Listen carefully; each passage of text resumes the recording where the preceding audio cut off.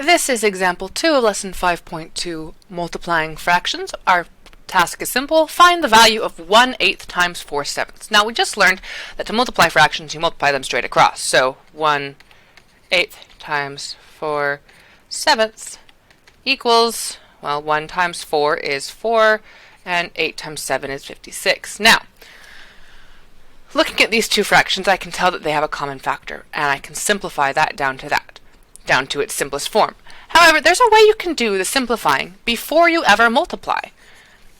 And sometimes when you have really big numbers in your fractions, you don't want to have to multiply them or simplify afterwards, it's more efficient to simplify before you multiply. And here's how you do that. So remember that I said that this here equals 1 times 4 over 8 times 7.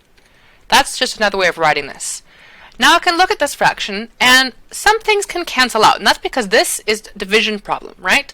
This is a division problem. 1 times 4 divided by 8 times 7 is how we could read this fraction. So I can cancel things out. If they occur on both the top and the bottom, and they're being multiplied, they can cancel.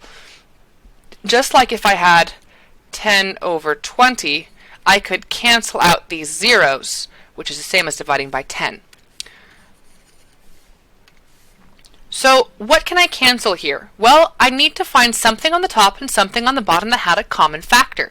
And in this case, the 4 and the 8 have a common factor. In fact, the GCF of 4 and 8, the greatest common factor is 4.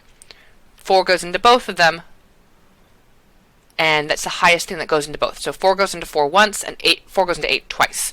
So I can cancel these out. I'm going to use blue for this. The 4, when I divide it by 4, becomes 2. And the 8, when I divide it by 4, becomes... Whoops, my mistake. The 4 does not become a 2. Thank you for catching that. 4 divided by 4 is 1. Silly me. And 8 divided by 4, there's my 2.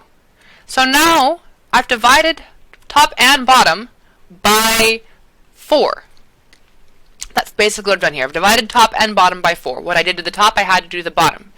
Now I have 1 times 1 over 2 times 7.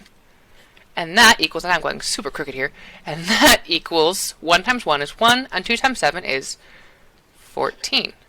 So it looks like 1/8 of 4/7 is 1/14. And if I go back to my what I had originally, which was 4 over 56, I know that I can divide 4 and 56 by 4.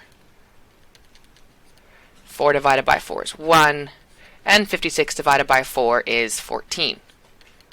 I can do this way. It works just as fine. However, sometimes it's much more efficient to simplify before I multiply.